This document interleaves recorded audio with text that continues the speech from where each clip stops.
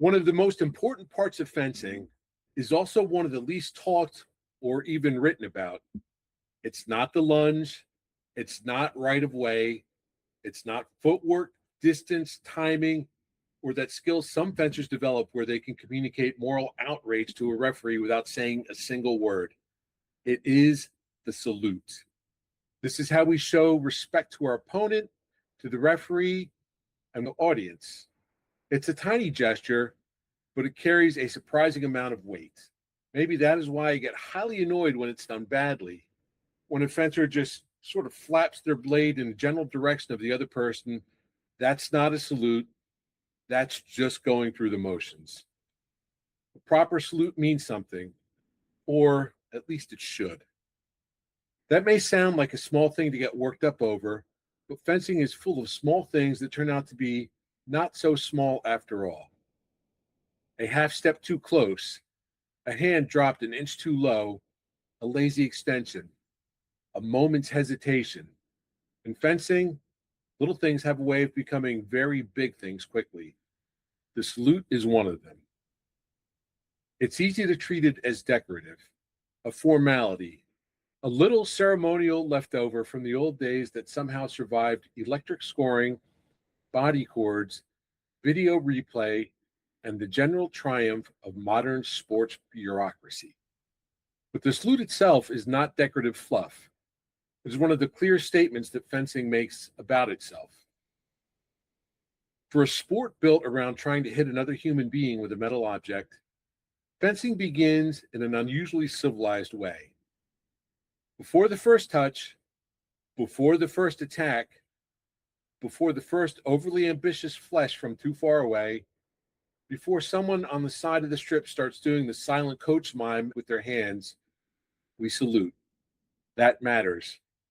Because the salute tells us something important about fencing. This is not chaos. This is not a brawl. This is not random violence with better uniforms. This is a contest bounded by rules, discipline, and mutual respect. And that idea is very old. The exact history of the salute is a little vague, which in fencing usually means somewhere a fencer is confidently repeating a beautiful story that may or may not be entirely true. Fencers love a good story almost as much as they enjoy arguing over who got the touch. While we may not be able to know exactly how it began, we can speculate on origins and meaning.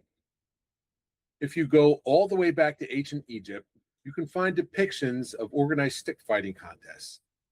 Doesn't look like modern fencing, although they did have masks that looked just a little bit familiar.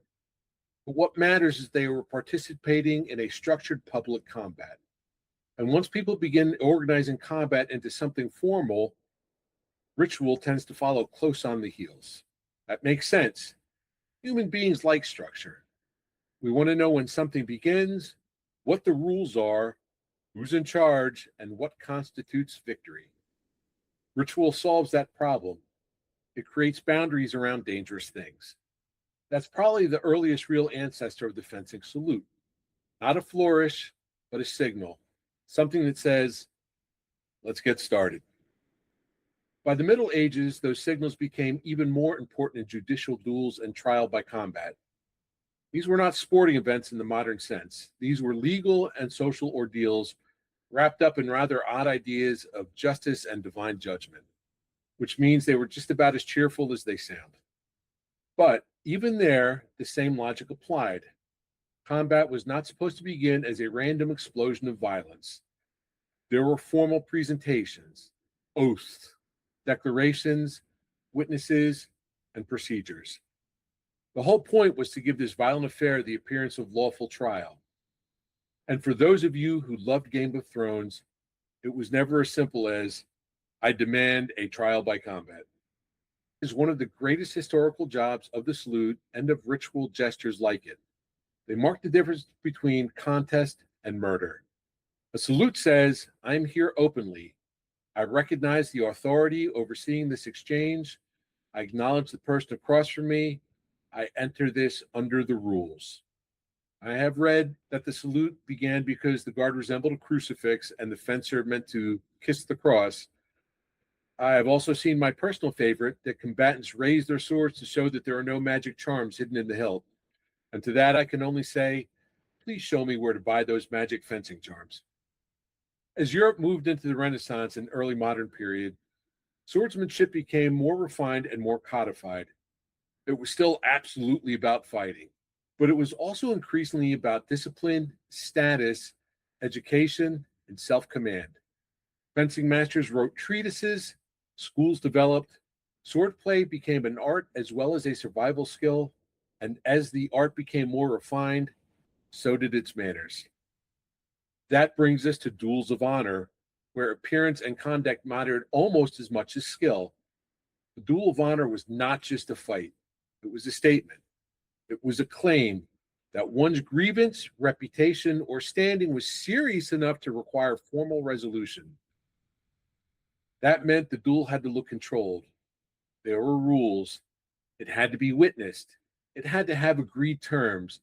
And it had to include visible signs of courtesy and fairness, because without those, all you really had was two angry people with swords making extremely questionable long term life choices.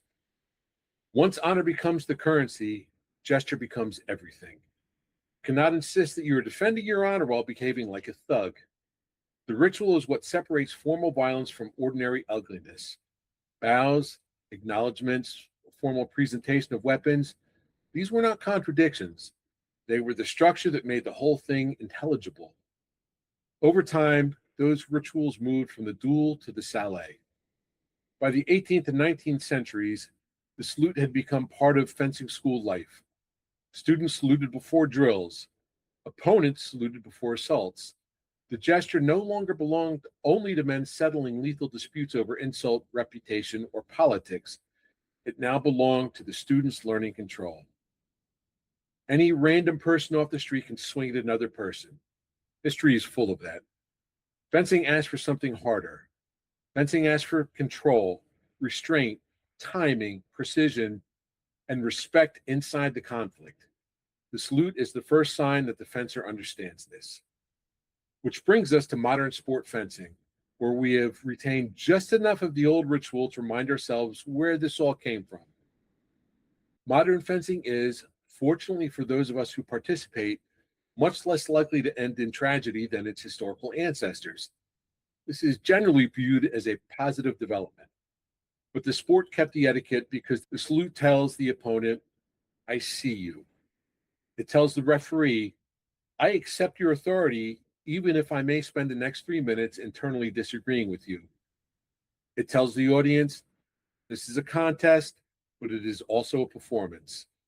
And it tells the fencer, whatever happens next, it happens inside a framework bigger than your emotions in this moment. That may be why a lazy salute bothers me so much. A lazy salute feels like a failure to understand the assignment. It reduces the gesture to empty mechanics, when in fact, it is one of the few moments in fencing that still very clearly says what the sport believes about itself. It says aggression is allowed, but disrespect is not. It says that intensity is welcome, but chaos is not. It says that the person across from you is not a prop in your personal highlight reel. They are the other half of the exchange. Without them, there's no bout. There's only shadow boxing with very expensive equipment. And maybe that is why this salute has survived for so long. Not because every story ever told about it is historically perfect. Fencers are not above adding a little romance to their traditions, but the salute survived because the idea behind it is true.